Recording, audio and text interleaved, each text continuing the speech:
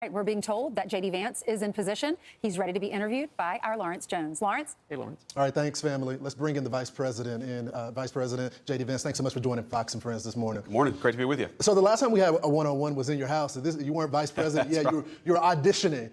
You were the only candidate that said if you didn't get selected, you would be disappointed. Well, you got accepted. So congratulations, Mr. Vice President. Thank you. Let's talk about some of the issues that matter to the American people. Sure. And it's the president's new tariff policy. And when I think about what he got elected on is to bring the cost down for people, but also bring manufacturing back to the country. That's right. These are going to kind of hit each other, right?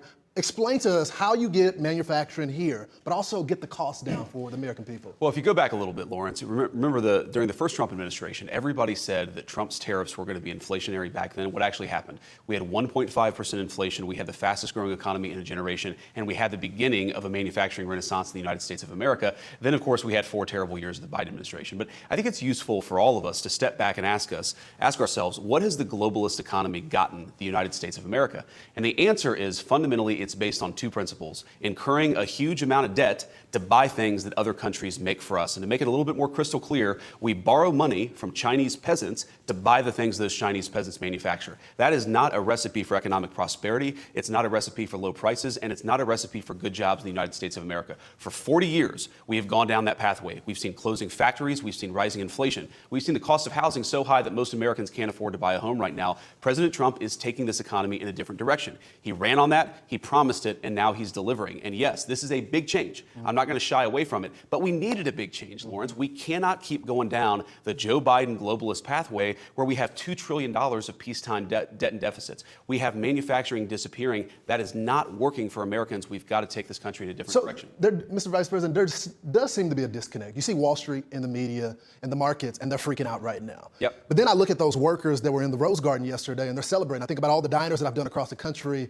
and all these businesses saying we've lost manufacturing here, and they're celebrating the move. What is the disconnect between the market and the people, those workers that are cheering this on right now? Well, I think on one hand, frankly, a lot of people have gotten rich from American jobs moving overseas, but American workers have not gotten rich. And frankly, American companies have not gotten wealthy from the increasing growth of foreign competitors manufacturing overseas. As the president says, Lawrence, these foreign companies, they charge us ridiculous tariffs. They engage in a lot of non-tariff practices like currency manipulation. That has been awful for Main Street in the United States of America. It's meant those diners, their customers, don't have jobs anymore. It meant those great steel mills, those great auto plants have closed down and their workers have been laid off. What I saw yesterday in the Rose Garden was incredible enthusiasm because a lot of those workers, they've been working hard for 10, 20, 30, 40 years. Young and old were in the Rose Garden yesterday. They've never had a president who stood up for their jobs and stood up for American prosperity. They finally see something has shifted. There were Democrats out there, Republicans. There were union and non-union workers alike. They know this is a big change, but we need a big change in this country because what we've done, what we did under the Biden administration, it just wasn't working.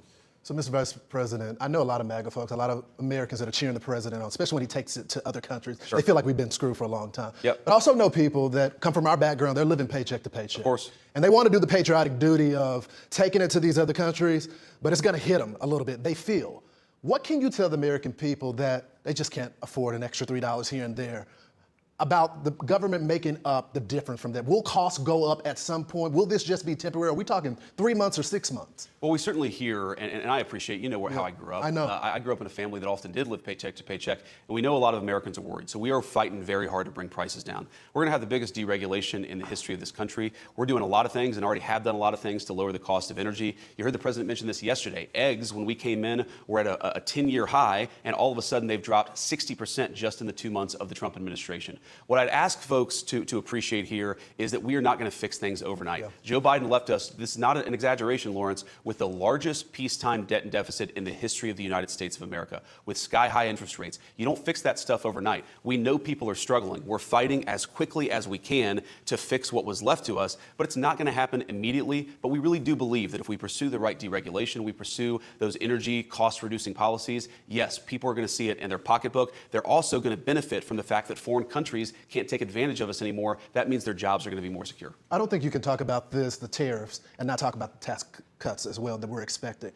Is this to offset some of the cuts that we plan on expecting? Will this be a permanent measure, or are we thinking when it comes to the scoring of this bill, we're going to be able to get cuts as a result of this. I wouldn't think of tax cuts as a way to offset the tariffs. Here's the way that I think about it is, again, for 40 years, we've had an economy that rewards people who ship American jobs overseas and raises taxes on American workers, and we're flipping that on its head. We're going to cut taxes for American workers and for American companies that build here. We're going to make it harder to ship American jobs overseas. It's a total shift in the way that we've done economic policy in the United States of America, but it was necessary. So, yeah, we're going to cut your taxes. You're going to have more money in your pocket, and that's, of course, going to help you deal with the cost of inflation. But that's not about offsetting the tariffs. They work together. We want to penalize people for shipping our jobs overseas. We want to reward hardworking Americans. It's all part of the same policy. I want to get to some other news because there were some reports that came out that Elon Musk is leaving. Now, of course, the president had already said he was only going to be here for a temporary basis. Yeah.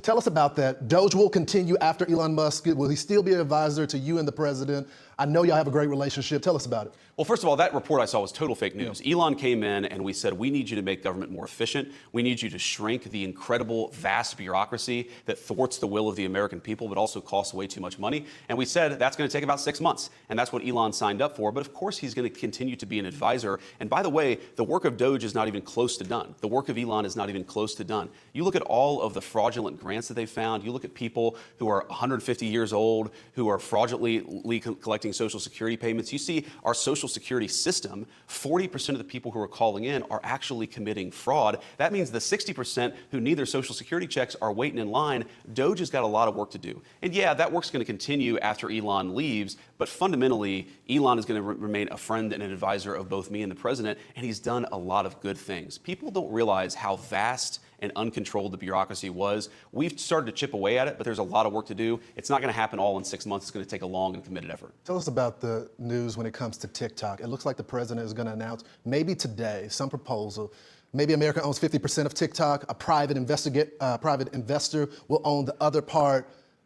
Is that going to happen today? So I don't want to get ahead of any presidential announcements here, but what I've said is we've been working very hard, me and the president, the entire team, to really accomplish two things. First of all, you want to make sure that the TikTok app in the United States is not spying on people. Right. It's good for national security. You also want to give people access to this incredible platform, which, as we know, that's where a lot of young people get their news. That's where a lot of young people found out about the policies of the Trump administration. And we got to accomplish both of those things. I think that we're in a good place. We're going to keep on working at it, but I'll let the president make that announcement. If it doesn't come out before the deadline, because I know the president extended. It'll come out before the deadline. Will come out we need a couple days to continue working on it, to finalize some things, and of course we're going to let the president announce whatever we ultimately decide. Let's talk about some of the lawfare in this country, because I think it's important. Of course. We're seeing judges block illegal immigrants that came into the country illegally. That was the first crime. And then the second crime, they victimized American citizens, murder, rapists, and all that. What's going to be done about this? We're seeing these one-off stories of, this person was a great father, and then they're hanging around with MS-13. So what's going to be done? The courts are blocking this right now, the executive branch. What are you guys going to do about it? Well, look, we're going to keep on appealing. We're going to keep on fighting back here. First of all, we have to remember the most important thing was to stop the bleeding, to stop the influx of massive illegal immigration into the country. And in 2 months, the president has already done that. You have illegal border crossings down over 95% in pretty much every part of the American southern border. Then, yeah, we got to get the violent criminals out of here. We've got to get illegal immigrants who came in during the Biden administration out of our country. That's what we're working on now. You're right. The courts, some radical left judges have stepped in and said you're not allowed to deport MS-13 gang members. That's crazy. We think the Supreme Court's going to overrule it, and we're going to keep on fighting for the president's prerogative to enforce the law. Lord, you have to remember the number of people who came in here, the innocent American, girls like Jocelyn Nungray who lost their lives. Democrats never wept for them. Democrats never issued a congressional resolution of condemnation for their murder. Democrats didn't do anything to make it harder for violent thugs to come into our country and prey on innocent young women. What they're getting fired up about, what they're most angry about, is not that Jocelyn Nungray was murdered, but that the person who murdered her is getting shipped back home where they belong, not in the United States of America. I think it shows a disgraceful set of priorities from congressional Democrats. We're not going to let that stand in our way. We're going to keep on doing the American people's work. Mr. Vice President, can I get you to put your lawyer hat on for a second? Because they're pointing to one of these cases of a gentleman that they said should not have been deported from El Salvador. They said he was not connected to MS-13. What would you tell them about that case? Because they're saying that this is a person that was a great member of society, You've looked at the court records. You've talked to the men and women on the ground. What can you tell us about that situation? Well, there have been a few cases out there where the Democrats and the media say, oh, this person was just an innocent father of three, and then you find out, for example, I think this is the case that you're talking about. Back in 2019, an immigration judge looked at all the evidence, looked at all the data, and concluded that this allegedly innocent person that we sent to El Salvador was actually a member of an MS-13 gang. He had also committed some traffic violations. He had not shown up for some court dates. This is not exactly Father of the Year here. This is a person that we don't think should be in our country. Here's the most important point, though, Lawrence, is whatever the argument is, whatever the justification is, no one doubts, not even the crazy left-wing media criticized the idea that we could deport this person. They just took issue with the reasoning for why we deported this person. This was unquestionably an illegal alien. This was unquestionably a person who broke the laws to get into our country. This is unquestionably a person an immigration judge had found had zero right to be in the United States of America. We do not ask permission from far-left Democrats before we deport illegal immigrants. We do the American people's business. And again, for the American people who are watching, this is such a weird, mistaken placement of priorities. We need to make our country stronger. We need to create jobs. We need to make our streets safer. What is it about congressional Democrats that get more angry at deporting violent gang members than they do at the victims of those violent gang members? I don't even understand where they're coming from. They've gone off the deep end, and they got to come back to reality. I think it goes to the larger point, though, about the lawfare happening right now. It's not just the immigration cases, but pretty much everything that the executive is doing right now has been challenged in these lower courts. Sure. Is there a way to expedite this straight to the Supreme Court, or do we legally have to let lower courts, make these decisions? Yeah. It goes to the appeal courts, and finally it goes to the Supreme Court. People are saying the 4 years will be up by then. Well, there are a lot of things that we can do, not just appeals. We can limit the jurisdiction of certain courts. Even when certain courts make a ruling, say that you're not allowed to deport a person for a certain reason, we can still deport that person for another reason. So it's not like deportations have stopped. But yes, the radical courts are a problem. But our view here is we knew we were going to have this fight. We were prepared for it. We're going to litigate it all the way to the Supreme Court. We think that we're going to win. And when we do win, that will end this question permanently. Think about this. The Democrats, they're spending so many resources fighting the deportation of gang members. You have to ask, where are their priorities? But we knew they were going to do this. We're prepared for it, Lawrence, and we're going to fight all the way to the top of the courts. Mr. Vice President, I think about your life story. Very similar to mine as well, growing up with nothing, Sure. and now you're the Vice President of the United States. It's a great country, man. It is a great country. We're almost to the 100-day mark. Yep. We know the president's been strong on the border. We've seen almost operational control of the border at this point. We've seen Sure. the waste, fraud, and abuse being brought to light. How would you rate this first 100 days? Man, I think the president has done more in 100 days than almost any administration has done in 8 years. And I really think that when you consider the southern border, which was the biggest crisis that we got elected to solve, 2 months in, border crossings are almost at zero when it comes to illegal border crossings. When I think just about where I grew up, the factory closures, the fact that friends of mine were getting their parents laid off. I talked to a lot of people who couldn't afford a home on the campaign trail. I talked to women who were worried about the price of a dozen eggs. We're making steady progress on all those issues. Yes, it doesn't happen overnight, but when you look at the hundreds of billions of dollars in new investment coming into our country, auto plants that were planned to close that are now adding shifts as opposed to closing, egg prices that are way down, gasoline prices that are way down. We're making a lot of progress, but there's still a lot left to do. And I know the president is laser focused on it. So am I. You have become almost the fighter-in-chief. The president sends out a message, and he puts it in bullet points for the American people. And then you go on to Sunday shows and you duke it out with them. Sometimes you duke it out with world leaders in the Oval Office as well. And there's a lot of people saying about the mantle of MAGA, what happens after these 4 years. And I guess this is my final question to you. Do you run for president after this? I know you're going to tell me you're going to focus on being vice president right now. But people are wondering if we can accomplish all of this in 4 years, and they want some security in that. Is JD the man to continue the MAGA agenda? Well, look, man, I really am just not focused on politics. I'm not focused on the midterm elections in 2026, much less the presidential election in 2028. When we get to that point, I'll talk to the president. We'll figure out what we want to do. But the way that I think about it is if we do a good job, the politics take care of themselves. I just want America to be wealthy again. I want our communities to be safe again.